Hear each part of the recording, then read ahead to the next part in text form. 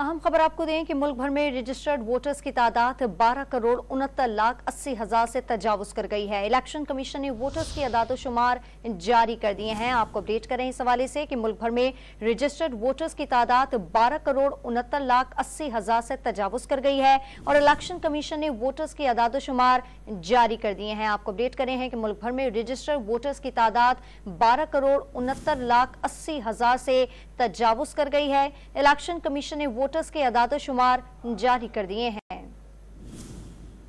मुल्क भर में रजिस्टर्ड वोटर्स की तादाद 12,69,80,000 से तजावुज कर गई है। इलेक्शन कमीशन ने वोटर्स की अदाद-ओ-शुमार जारी कर दी है। आपको अपडेट करें इस हवाले से कि इलेक्शन कमीशन ने वोटर्स के अदाद-ओ-शुमार जारी कर दिए हैं, जिसमें मुल्क भर में रजिस्टर्ड वोटर्स की तादाद 12,69,80,000 से तजावुज कर गई। तफसीलात जानते हैं, इरफान सदुज़ई हमारे साथ मौजूद हैं। जी इरफान, अपडेट कीजिएगा।